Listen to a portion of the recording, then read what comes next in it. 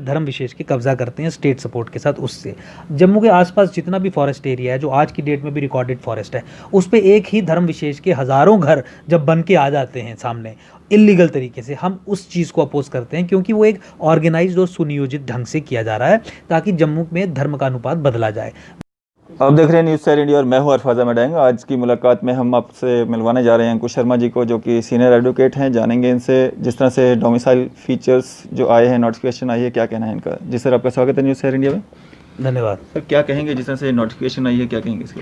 देखिए, मुझे लगता है कि जो इसमें कमियां रह गई थी, जिस तरीके से अनरजिस्टर्ड माइग्रेंट्स की बात थी, उसे पूरा किया गया, तो वो कदम स्वागत योग्य है। लेकिन मैं फिर ये कहूँगा कि जब तक आप सारे स्टेक होल्डर्स को कॉन्फिडेंस में लेके, जो लोग आपके निर्णय से इफ़ेक्ट हो रहे हैं, उनसे सलाह सूत्र किए बिना फैसले लेंगे, तो आपके फैसले गलत ही होंगे। इस तरीके से बहुत बड़ा वर्ग एक छूट गया था। उसमें भी हमें एक ऑब्जेक्शन है कि जो जम्मू कश्मीर में के मूल निवासी रहे हैं, वो रजिस्टर्ड हों या अनरजिस्टर्ड हों, POJK के रेफ्यूजीज़ चाहे हों, तो वो जम्मू कश्मीर के मूल निवासी रहे हैं for all time from since time memorials, या कश्मीरी हिंदू समाज हमारा जो कश्मीरी जेनोसाइड के कारण जिसे बाहर जाना पड़ा, वो सदा के लिए रहे, उनके लिए केवल 1 साल की विंडो क्यों खोलनी है? तो 1 साल की विंडो खोले बिना आप उन्हें ताउम्र के लिए कह सकते हैं कि आप कभी भी आएँ और यहाँ पे रजिस्ट्रेशन करवाएं और डोमिसाइल सर्टिफिकेट लें। Why this blinker of only window of only 1 year of time? So मुझे लगता है कि ये भी एक फर्दर क्रिटिसिज्म का पॉइंट है डोमिसाइल को लॉ को लेके। और जिस तरीके से डोमिसाइल में अमेंडमेंट्स करके, कानून को अदल बदल करके जिस तरीके से ये क्लाइम डाउन्स करते हैं, मुझे लगता है कि कम से कम एक आइडियोलॉजिकल पॉइंट ऑफ व्यू से इनकी जो क्लैरिटी है उसमें हमें कमी दिख रही है।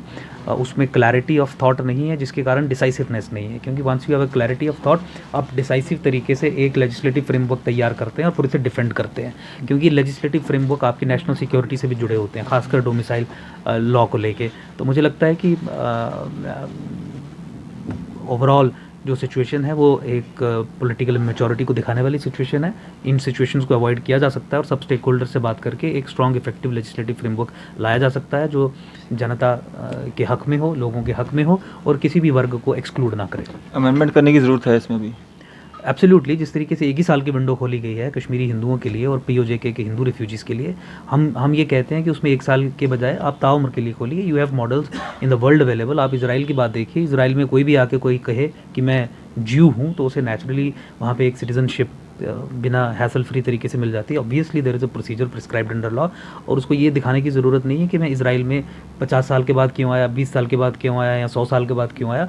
जिस दिन कोई भी यहूदी तय करता है कि मुझे इसराइल में जाके वहाँ पे रहना है, वहाँ का नागरिक बनना है, तो उसके लिए they have open architecture of having citizenship. तो इस तरीके का यहाँ पे भी होना चाहिए। 1 साल की विंडो मुझे लगता है कि बहुत कम जो है वो इन्होंने किया है, और रजिस्टर्ड अनरजिस्टर्ड की बात ही नहीं है। All Kashmiri Hindus, all POJK refugees, irrespective of the fact कि वो रजिस्टर्ड हैं या नहीं हैं, उनको ताउम्र के लिए जम्मू कश्मीर में डोमिसाइल राइट्स होने चाहिए। और जिस समय जहाँ से भी, जिस भी कंट्री से, चाहे वो बाहर भी चले गए हैं, वहाँ से भी आके हमें यहाँ पे डोमिसाइल लेने के अप्लाई करें, तो तत्काल प्रभाव से उन्हें बाकी नागरिकों की तरह डोमिसाइल मिलना चाहिए। तो मुझे लगता है कि इस परिप्रेक्ष्य में अमेंडमेंट करने की बहुत बड़ी ज़रूरत है। अंकुर सर, जो एक फैसिलिटी रखी गई है, बाहरी राज्यों के लोग जो यहाँ पे काम कर रहे हैं, सर्विसेज कर रहे हैं, या मजदूर तबका भी है, उसको लेबर डिपार्टमेंट से कार्ड लाना है, तो उसको भी डोमिसाइल का यहाँ पे जो है हक मिलेगा, तो उसका कितना असर जो है जम्मू कश्मीर पे पड़ेगा? देखिए, उसका कई इतने वर्षों से, मेरे ख्याल में 70 साल से, 60 साल से यहाँ पे जिस कैटेगरी ऑफ लोगों की आपने बात की, वो यहाँ पे रह रहे हैं, काम कर रहे हैं,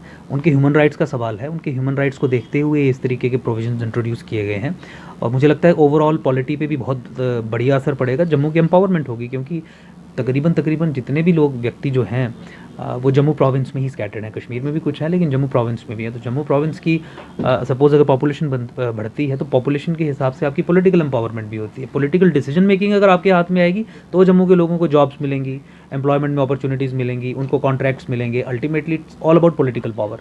जब तक स्टेट सब्जेक्ट की वॉल खड़ी करके इन्होंने रखी थी 370 के एब्रोगेशन होने से पहले, तो उस 70 साल का एक्सपीरियंस हमारा क्या कहता है? सारे जॉब्स कश्मीरी, सारे कॉन्ट्रैक्ट कश्मीरी, सारी एडमिशन्स में MD एडमिशन हो, इंजीनियरिंग एडमिशन हो, कश्मीरी हेजुमनी। और आपको पता है कि गलत तरीके से करते थे, रिक्रूटमेंट स्कैम्स इंट्रोड्यूस करके करते थे। उसका मूल में कारण ये था कि सत्ता कश्मीरी हेजुमनिक पावर्स के हाथ में थी।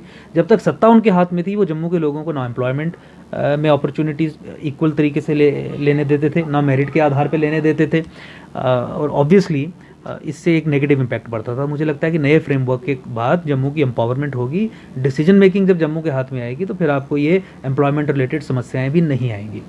सर काफ़ी सारे लोग हैं जो इसको अपोज भी कर रहे हैं, जिनका ये कहना है कि डोगरा कल्चर जो है उसको ख़त्म करने की जो ये तैयारी हो रही है। देखिए, मेरा ये सिंपल सा कहने का मतलब है कि अगर सपोज़ देखिए, डोगरा कल्चर को तो पहले ये समझने की ज़रूरत है कि पिछले 70 साल में ख़त्म किया गया। क्यों? क्योंकि you had power in the hands of Kashmiri hegemonic ताकतें जो थी, और जो अलगाववादी थी, जो पाकिस्तान परस्त थी, जो हिंदुस्तान को गाली निकाल के कश्मीर में वोट बटोरती थी, जब पावर उनके हाथ में थी तो उन्होंने जम्मू के कल्चर को ख़त्म करने के लिए केवल साजिशें ही नहीं रची बल्कि इफेक्टिव कदम उठाए। हमारा कल्चरल सेंटर का आप हाल देखिए, हमारी डोगरी लैंग्वेज का आप हाल देखिए, आपने इसको कंपलसरी नहीं किया, आपने लोगों को एनरिच नहीं किया। हमारे टूरिज़्म के जितने भी स्पॉट्स हैं आप उनको देखिए, कोई भी डेवलप नहीं हुआ, सड़कें ही नहीं पहुँची हैं।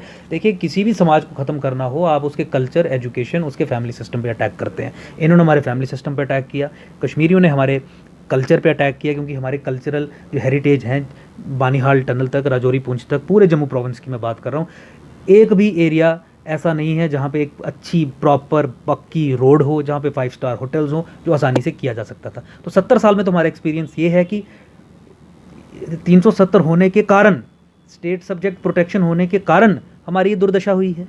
एक तो ये चीज़ होगी, हमें उस पर हमें ध्यान देखना है। दूसरा, ये अगर डर है कि भारतीय नागरिक यहाँ पे आके डोमिसाइल लेके यहाँ पे रहने और वोट डालने का हक करेंगे, तो उसमें मैं एक सिंपल सा आंसर देना चाहता हूँ। आपने एक मुस्लिम मेजॉरिटी कश्मीरी हेजिमोनिक सिस्टम में पिछले 70 साल में देख लिया कि आपका कल्चर तबाह हो गया, आपका टूरिज़्म तबाह हो गया, आपकी पॉलिटिकल एम्पावरमेंट ज़ीरो, आपकी नौकरियां ज़ीरो, सारी वहीं पे शिफ्ट हो रही थी। एक चीज़ हमें ध्यान रखनी है, ऐसा केवल एक एक्सक्लूसिव इस्लामिक हेजिमोनिक सिस्टम में ही होता है। अगर यहाँ पे हिंदू फुटप्रिंट्स बढ़ते भी हैं, यानी बाहर से केवल हिंदू ही आते हैं और यहाँ पे over a period of time domicile लेके अपनी संख्या बढ़ाते हैं, और उसके बाद जम्मू की एम्पावरमेंट होती है, तो एक Hindu majority polity and demography में जो हिंदुज़म के डिफरेंट फ्लेवर्स हैं, डोगरा हिंदू, कश्मीरी हिंदू, या मान लीजिए पंजाबी, या कोई और भी हो, ये सारे फ्लरिश करते हैं, ख़त्म नहीं होते। लेकिन एक कश्मीरी इस्लामिक हेजिमोनिक सिस्टम में ये फ्लरिश नहीं करते, ये ख़त्म होते हैं। 70 साल का हम आपके सामने प्रमाण के तौर पे पूरे 70 साल पड़े हुए हैं कि किस तरीके से ये ख़त्म हुए। तो मुझे नहीं लगता कि जम्मू के लोगों को कोई घबराने की इसमें ज़रूरत है कि बाहर के लोग आएंगे तो हमारा सब कुछ छिन जाएगा। डेवलपमेंट की बात की आपने, उसमें नालायकी कहीं ना कहीं जो हमारे पॉलिटिशियन हैं उनकी है।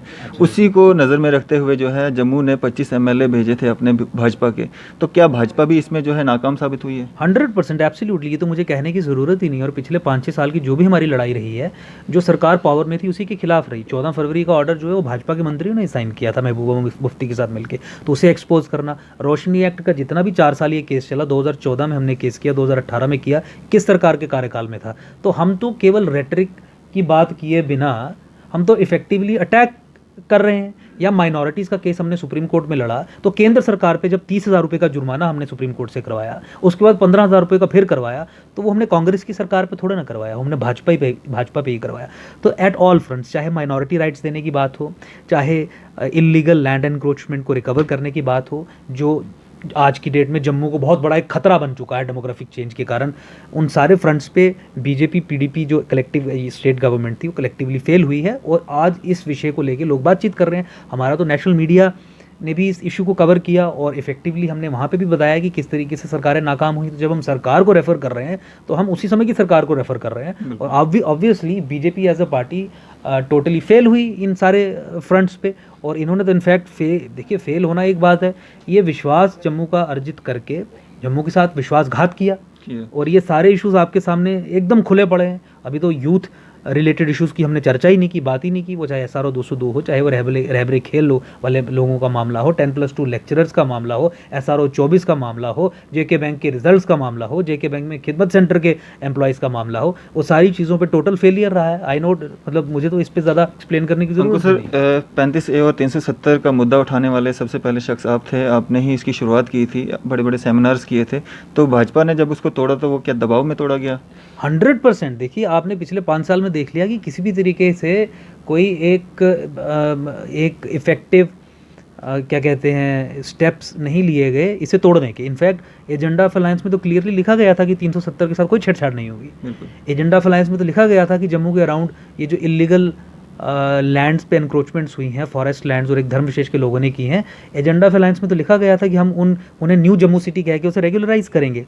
तो ऑब्वियसली जब सोच वैसी थी तो 370 को ख़त्म करने का कोई सवाल ही पैदा नहीं होता था। मुझे लगता है जम्मू से इस मूवमेंट की शुरुआत हुई। आपने देखा हमने बहुत बड़े बड़े अधिवेशन जिसमें नेशनल लेवल के वक्ता भी आए, उसके अलावा पॉलिटिकल अवेयरनेस ग्राउंड पे, दूसरा फिर सुप्रीम कोर्ट में जाके याचिका डालना, वहाँ पे लड़ना, ये सारे काम किए। उसके बाद आपने देखा कि पूरे देश में एक माहौल बन गया था 370 और 35A के खिलाफ। तो ऑब्वियसली जब पूरे देश का प्रेशर बना, आपने सोशल मीडिया को देखा होगा, जिस समय कश्मीर में पत्थरबाजी होती थी सुप्रीम कोर्ट में हियरिंग के कारण, उसके कारण भी काफ़ी ज़्यादा विपप हुए आपके इमोशंस पूरे देश में। उसके बाद ऑब्वियसली पॉलिटिकल दबाव में आके एक उन्होंने कदम उठाया जो 370 को ख़त्म करने का था अंडर प्रेशर। और उसके बाद आपने देखा वो चूंकि प्रेशर में लिया हुआ कदम था, इसलिए 370 को ख़त्म करने के बाद जो लॉजिकल स्टेप्स आपको लेने चाहिए थे वो एक भी लॉजिकल स्टेप इन्होंने आज तक नहीं लिया। इनफैक्ट रिवर्सल की दिशा में सारे स्टेप्स लिए हैं। तो ये भी ये साबित करता है कि 370 को ख़त्म करने का फैसला मजबूरी में था, दबाव में था, ये इसे कैरी नहीं कर सकते थे, ये इसे लॉजिकल कंक्लूजन तक नहीं लेके जाना चाहते थे। इसीलिए जितने भी क्लाइम डाउन्स हुए, चाहे वो 2011 के आधार पे सेंसस करवाने की बात हो जिससे फिर कश्मीर को पावर जाएगी वापस, चाहे वो डोमिसाइल लॉ को रेजरेक्ट करने वाली बात हो जिससे फिर से 370 से पहले का मामला सारा खड़ा होगा, चाहे वो सैक की, चाहे वो आधिकारिक है या नहीं, लेकिन एक सोच रिफ्लेक्ट करता है गवर्नमेंट की कि वो इसी तरीके का अरेंजमेंट जम्मू कश्मीर में चाहते हैं जहाँ पे चीफ मिनिस्टर कश्मीर से ही हो जी। और एक धर्म विशेष का ही हो। तो वो न्यूज़ प्लांट करवा के लोगों की मेजर करने की जो एक्सरसाइज हो वो भी ये एस्टैब्लिश करती है कि 370-35 से दबाव में तोड़ा गया था, क्योंकि अगर दबाव में तोड़ा नहीं गया होता तो फिर 2021 के आधार पे के सेंसस पे डिलिमिटेशन हो रही होती, फिर ये इस तरीके के कानून नहीं आए होते और इस तरीके के लोगों को, खासकर जम्मू कश्मीर अपनी पार्टी को मतलब प्रधानमंत्री द्वारा स्वयं खड़ा करना या केंद्र सरकार द्वारा स्वयं खड़ा करना ताकि सत्ता उन्हें सौंपी जा सके, ऐसे कदम नहीं उठाए गए होते। जम्मू के एम्पावरमेंट की बात होती जो आज तक बिल्कुल नहीं हुई है। सर, ये जो नोटिफिकेशन आई है जिसमें ये कहा गया है कि आप अपना जो पीआरसी है वो जमा करा के डोमिसाइल ले सकते हैं, तो क्या ये कहीं ना कहीं हरासमेंट नहीं है जम्मू कश्मीर के लोगों के लिए? जिन लोगों के पास डोमिसाइल नहीं था वो बनवाते, और जिनके पास पीआरसी है उसको जो है डोमिसाइल माना जाता। देखिए बिल्कुल ये हैरेसमेंट है। मुझे लगता है कि इसका और एक इफेक्टिव तरीका निकाला जा सकता था। जिसके पास पीआरसीज़ हैं वो जब अपना पीआरसी इस्तेमाल करता है तो मुझे लगता है कि उसे डोमिसाइल ही माना जाना चाहिए ताकि, लेकिन अब देखिए ब्यूरोक्रेसी की ज़्यादा सुनते हैं, लोगों से संवाद नहीं है। अच्छा, आपके ऐसे लीडर्स भी यहाँ से नहीं चुने गए, चाहे वो एमपीज़ हों या एमएलएज़ हों, जो ग्राउंडेड हों, यानी जिनके पीछे पब्लिक सपोर्ट हो। अगर स्वयं के दम पे खड़ा होना तो 10 आदमी ये इकट्ठे ना कर पाएँ। पार्टी स्ट्रक्चर, पार्टी कार्डर पीछे खड़ा होना एक अलग बात है, अपनी काबिलियत एक अलग बात है। आप भी ये सब जानते हैं कि चाहे एमपीज़ हों हमारे, चाहे एमएलएज़ हों, जितने भी सारे यहाँ से भी चुन के गए हैं, अपने दम पे एक आधे को छोड़ के 10-20 लोगों से अधिक ये खड़े नहीं कर सकते हैं। तो ऑब्वियसली जब आप ब्यूरोक्रेसी की सलाह पे काम करोगे तो ऐसा ही होगा, क्योंकि ब्यूरोक्रेसी देखिए as a structural entity is anti democracy. Democracy का एंटीथीसिस ही ब्यूरोक्रेसी है। ब्यूरोक्रेसी के हाथ में जब आप पावर देते हैं तो डेमोक्रेटिक स्पेस श्रिंक होती है, कम होती है। तो ये ब्यूरोक्रेसी ने इन्हें सुझाया होगा कि आप इनसे भी फॉर्म भरवाइए, लाइन लगवाइए, क्योंकि ब्यूरोक्रेसी हमेशा पावर मैक्सिमाइजेशन में बिलीव करती है। ब्यूरोक्रेसी हमेशा अपने फाइनेंशियल आउटलेज जो हैं उसे बढ़ाने के लिए सोचती है, वैसी कार्यप्रणाली बनाती है, वैसी नीतियाँ बनाती है, वैसी नीतियाँ सजेस्ट करती है। और अगर आपका पॉलिटिकल एग्जीक्यूटिव निकम्मा हो, अनपढ़ हो, गवार हो, तो वो ब्यूरोक्रेसी के फैसले पे ही चलता है। ये उसी की एक एग्जाम्पल है कि ब्यूरोक्रेसी ने सजेस्ट किया कि सब लोगों को लाइन में लगवाओ, सब लोगों को हमारे पैर छुलवाने के लिए एक सिस्टम बनवाओ, ताकि करप्शन इंट्रोड्यूस हो सके, ताकि मिसमैनेजमेंट के कारण वो फ़ायदा लेके अपनी पावर को मैक्सिमाइज कर सके। तो उसी दिशा में लिया हुआ कदम है। अदरवाइज़ स्टेट सब्जेक्ट होल्डर्स जो हैं उनके लिए फॉर्म भर के डोमिसाइल सर्टिफिकेट लेना बेमानी था। एक सेंटेंस आपको ऐड करना था कि जो स्टेट सब्जेक्ट होल्डर है वो will be deemed to be a domicile. तो एक बेटर तरीका था, अनब्यूरोक्रेटिक था। ब्यूरोक्रेटिक अप्रोच होने के कारण डेमोक्रेसी फेल हुई, डेमोक्रेसी फेल होने के कारण लोग फेल हुए। ये सबसे बड़ा जनता के ऊपर आघात है एक पॉलिटिकल सेटअप का, ब्यूरोक्रेसी के दबाव के तले आके एक टोटल एब्सोल्यूट फेलियर है। सर, बीजेपी का जो जम्मू कश्मीर यूनिट है वो भी कहीं ना कहीं फेल हुआ है, जो यहाँ की आवाज़ जो है सेंटर तक पहुँचाने में। मैं आपको सीधी सी ये बात बताऊँ, कहीं ना कहीं फेल होने की बात ही नहीं है। आप मुझे ये बताइए कि कौन सा फ्रंट है जिस पे पास हुआ है? आपको तो बड़े बड़े दावे करते हैं। नहीं, देखिए दावे तो देखिए दावे इनके वैसे ही हैं। देखिए मैं कह रहा हूँ कि कल सवेरे जो है वो सूरज पूरब से उगेगा और पश्चिम में अस्त होगा, ये मेरा दावा है। हो गया दावा, कल सवेरे पूरब से ही चढ़ेगा ना सूरज, उसमें मेरी कोई कंट्रीब्यूशन है? रेटरिक। तो रेटरिक के आधार पे इनके दावे सब जो हैं वो फिट बैठते हैं। कौन सा वादा, आप इंटरव्यू करिए, आप लोगों से पूछिए कौन सा वादा है जो लोगों को अफेक्ट करता था और जो पूरा हुआ है।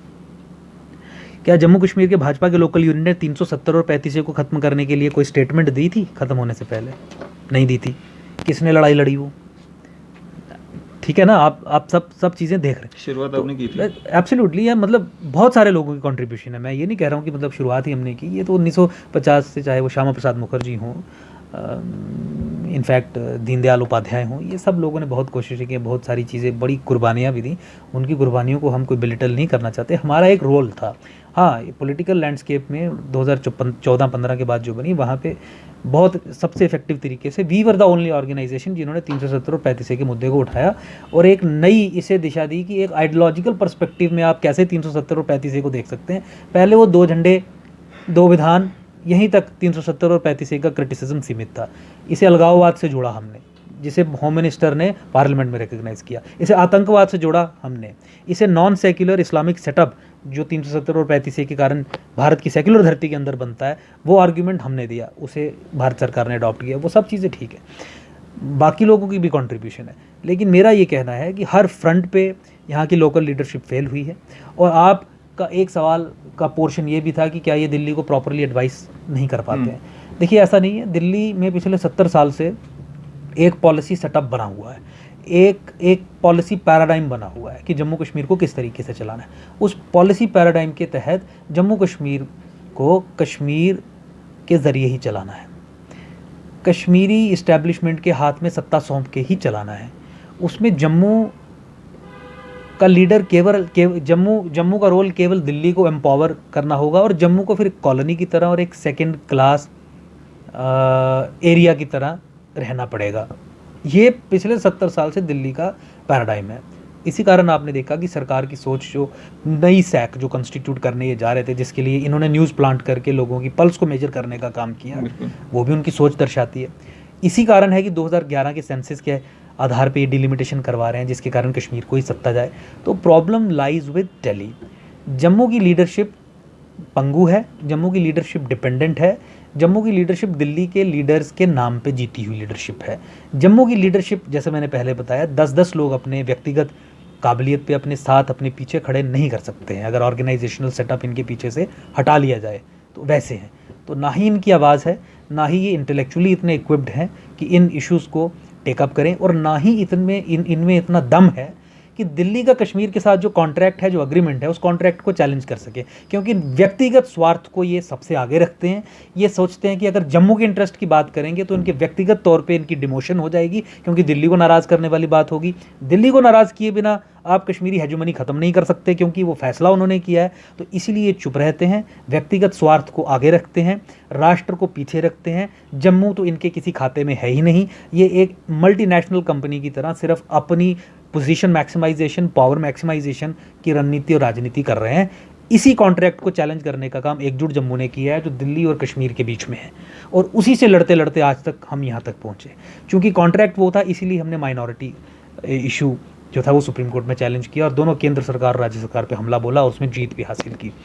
अनफॉर्चुनेट सिचुएशन है कि एकजुट जम्मू के अलावा यहाँ पे और कोई पार्टी या कोई संगठन नहीं है जो इस कॉन्ट्रैक्ट के अगेंस्ट लड़ रहा है। इस कॉन्ट्रैक्ट को ख़त्म करवाने पे ही जम्मू की एम्पावरमेंट पॉसिबल हो पाएगी, क्योंकि तभी तो जम्मू के हाथ में पावर आएगी। अंकुर सर, आपकी शुरुआत से ही एक जो बात रही है वो ये रही है कि जम्मू की डेमोग्राफी चेंज की जा रही है, तो जब बाहरी राज्यों से लोग आएंगे तो उसका कोई असर नहीं पड़ेगा जम्मू पे? देखिए, जम्मू की डेमोग्राफिक चेंज के संबंध में मैं ये बहुत क्लियर कर दूं कि जिस जम्मू की डेमोग्राफिक चेंज को हम कंटेस्ट करते हैं या जिसे अपोज करते हैं, वो स्टेट स्पॉन्सर्ड डेमोग्राफिक चेंज है। हम अपोज करते हैं ऐसे कानूनों को जिन कानूनों का इस्तेमाल करके केवल और केवल एक धर्म विशेष के लोगों को सरकारी ज़मीन दे दी जाती है। हम अपोज करते हैं उस एग्जीक्यूटिव ऑर्डर का चीफ मिनिस्टर के, जिसमें एक धर्म विशेष के लोगों को लीगल इम्यूनिटी दी जाती है लैंड एनक्रोचमेंट करने के लिए। अधिकारियों को आदेश दिए जाते हैं कि अगर इस धर्म के लोग ज़मीन पे कब्जा करते हैं तो आप उसे नहीं निकालेंगे।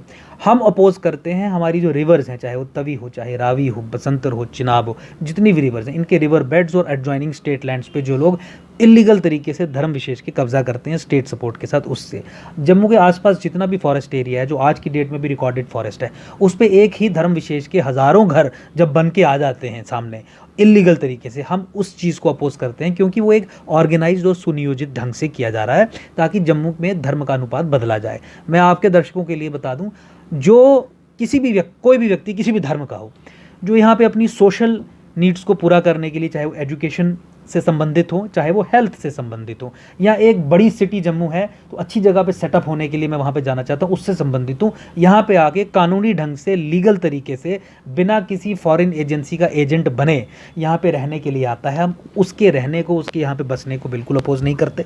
हम अपोज करते हैं हमारे जंगलों को लूटने के, हम अपोज करते हैं हमारी स्टेट लैंड्स को लूटने वाले लोगों के खिलाफ। अनफॉर्चुनेटली वो धर्म विशेष के हैं। अनफॉर्चुनेटली ये जम्मू में चूंकि स्टेट अपरेटस रहा कश्मीरी हेजुमोनिक पावर्स के हाथ में, वो अलगाववाद की राजनीति चलाते हैं। जिस तरीके से उन्होंने कश्मीर को हिंदू विहीन किया है, माइनॉरिटी विहीन किया, वो कोई वो मतलब वर्ल्ड नोन एक फैक्ट है, सब लोग जानते हैं। वो जम्मू को भी कश्मीर बनाना चाहते हैं, यानी 100% इस्लामाइजेशन करना चाहते हैं, क्योंकि वो उनके पॉलिटिकल एजेंडा को सूट करता है। क्योंकि अगर जम्मू कश्मीर में 100% इस्लामाइजेशन हो जाएगी तो उनके हिसाब से अलगाववाद की लड़ाई जो है वो अच्छे तरीके से लड़ी जाएगी, और अलगाववाद की लड़ाई में वो सफल भी तभी होंगे। ये उनके डिक्लेयर्ड ऑब्जेक्टिव्स हैं। हम अपोज करते हैं केवल उस ऑर्गेनाइज्ड अटेम्प्ट को जिसमें बाहरी ताकतों का पैसा, बाहरी ताकतों की सोच, वो सब शामिल है, जिसके तथ्य हमने समय समय पर आप सबके सामने रखे हैं। मतलब बाहरी राज्यों के अगर मुस्लिम लोग यहाँ पे आते हैं उनसे आपको कोई दिक्कत नहीं है? देखिए, बाहरी राज्यों के मुस्लिम लोग on their own employment opportunities को लेके, हेल्थ सर्विसेज देने के लिए, एजुकेशन की सर्विसेज देने के लिए यहाँ पे आते हैं, और लीगल तरीके से आते हैं, लीगल पीस ऑफ लैंड लेते हैं, ठीक है। और एक influx rate of demographic change, एक जो नॉर्मल तरीके से होता है, उस कैटेगरी में आते हैं, तो हमें उससे कोई प्रॉब्लम नहीं है। अंकुर सर, सब पार्टियां, सब पॉलिटिशियन, सब फेल मतलब आपके मुताबिक हैं? नहीं, मेरे मुताबिक नहीं है। मेरे मुताबिक नहीं है, जम्मू के मुताबिक हैं। क्योंकि जम्मू में अगर आप अभी डिस्कोर्स देखें, पॉलिटिकल डिस्कोर्स, तो आपको समझ आ जाएगा कि जम्मू में त्राहिमाम मचा हुआ है। कोई भी ऐसा इशू नहीं है जिस पे जम्मू के लोग जो हैं वो सेटिस्फाई हो पाएँ। मैंने जो आप इंटरव्यूज़ लेते हैं या जो इश्यूज़ पब्लिक डोमेन में है, मैंने केवल और केवल उस आधार पे कहा कि देखिए वहाँ भी फेल, वहाँ भी फेल, वहाँ भी फेल, वहाँ भी फेल, और नॉर्मल पब्लिक ओपिनियन भी यही, तो इसीलिए वो फेल। तो ये हमारा एक कलेक्टिव विजडम है, जिसके आधार पर हम ये मानते हैं कि जम्मू में सब पॉलिटिकल पार्टी, सब पॉलिटिकल लीडर्स जो हैं वो जम्मू के लिए फेल हो चुके हैं। ये आपका भी मत है, ये मेरा भी मत है, जनता का भी मत है।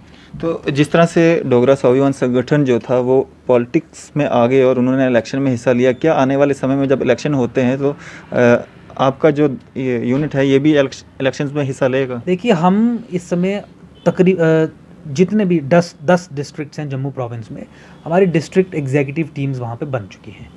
इसके बाद हमारा टारगेट है कि तहसील लेवल पे, पंचायत लेवल पे और पोलिंग स्टेशन लेवल पे अपनी सारी टीम्स हम बनाएं। उसकी जो भी संख्या है, फिर ऑफिस बेयरर्स उसमें नियुक्त किए जाएंगे, अपॉइंट किए जाएंगे, इलेक्ट किए जाएंगे, सारी चीज़ें होंगी।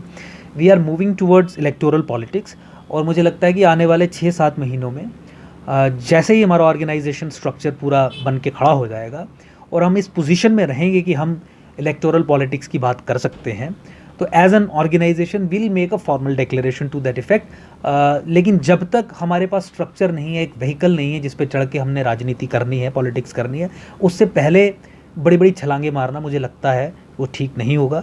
वंस इट इज़ डन, मुझे लगता है 6-7 महीनों में ये हो जाएगा। 100% will make a declaration to that effect. और ये जितना भी किया जा रहा है इलेक्टोरल पॉलिटिक्स को मद्देनज़र रख के ही किया जा रहा है। हमारा जो ऑर्गेनाइजेशनल सेटअप बन रहा है या जिस तरीके के इश्यूज हम टेकअप कर रहे हैं, they are all political in nature. तो इसलिए मैं आपकी बात को कोई झूठा नहीं कह रहा हूँ या इसका कोई खंडन नहीं कर रहा हूँ। मैं इसे सपोर्ट कर रहा हूँ, एंडोर्स कर रहा हूँ और बता रहा हूँ कि over a period of time through a process everything will be made clear. Politics को बदलने के लिए पॉलिटिक्स में तो जाना पड़ेगा। एब्सोल्युटली 100%, क्योंकि हमारे संविधान में हमने सिस्टम ही यही चूज़ किया है। अगर आपको कोई कानून बनाना है तो आपको फिर टीचर तो नहीं बनना है ना, आपको लेजिस्लेचर में ही जाना है। जब आपने कहा कि कानून लेजिस्लेचर में ही बनेंगे, तो लेजिस्लेचर का हिस्सा बने बिना आप किस तरीके से कानून बनाएंगे? तो एब्सोल्युटली, जब हमने सिस्टम ही वही चूज़ किया है तो हम उसी सिस्टम में जाएंगे। किसी को अगर आईसीयू में वेंटिलेटर की ज़रूरत है तो उसे हम कहीं और लेके उसे वेंटिलेटर के अलावा कोई और चीज़ थोड़े ना देंगे। मतलब जिस तरीके से काम होता है वैसे ही करेंगे ना। बिल्कुल ठीक है ना सर। अगर मतलब गांठजोड़ करने की बारी आती है तो गांठजोड़ करने के लिए आप किस पार्टी के साथ तैयार होंगे? मुझे लगता है कि वो अभी बड़ा एक हाइपोथेटिकल और वैसा डिसीजन होगा। जो राजनीति हम कर रहे हैं, जिन पॉलिसीज़ को लेके हम आगे बढ़ रहे हैं, हमारा ये सबसे पहले तो ये मानना है कि politics means policy making for governance. Governance के लिए एक तो सबसे पहले रूल नहीं, को राज नहीं बैठाना है, दरबार नहीं लगाने हैं, पॉलिसी मेकिंग फॉर गवर्नेंस। और governance is a very complex issue. इसमें आपको साइंटिस्ट आप बन जाओगे, उसके बाद भी आपका ज्ञान जो है वो पूरा नहीं होगा। It is an ever evolving thing. Policy making is a very complex subject which requires expertise in several domains. तो हम इस सोच से, इस दिशा से राजनीति को आगे बढ़ाने की कोशिश कर रहे हैं। और ये ऑर्गेनाइजेशन स्ट्रक्चर बनाने के बाद जिस दिन हम लोगों को ये समझाने में कामयाब हो जाएंगे, और हम हो भी रहे हैं उसके बिना भी, लेकिन मैं कह रहा हूँ ग्रास रूट लेवल तक, एक एक व्यक्ति तक जब हमारी ये सोच पहुँच जाएगी, जिस सोच को लेके हम लड़ रहे हैं, जिन इश्यूज़ को लेके हम लड़ रहे हैं, तो फिर उस दिन गठबंधन या गठजोड़ की ज़रूरत नहीं होगी। Will have a landslide on that day. Sir last पे एक क्वेश्चन और रहेगा, बदलाव क्या करना चाहते हैं आप? देखिए, हम पॉलिटिकल लेवल पे जम्मू कश्मीर को एक non secular theocratic Islamic structure से बदल के एक secular nationalist fully integrated political entity के तौर पे खड़ा करना चाहते हैं। और मुझे लगता है कि when you have a system which is according to the spirit and soul of your constitution, जो मैंने अभी बात की, इस तरीके का बनेगा, डेवलपमेंट विल फॉलो। लोगों की तरक्की जो है इक्विटेबल ग्राउंड्स पे, इक्वालिटी के आधार पे, दैट विल फॉलो। इकॉनमी में सुधार आएगा।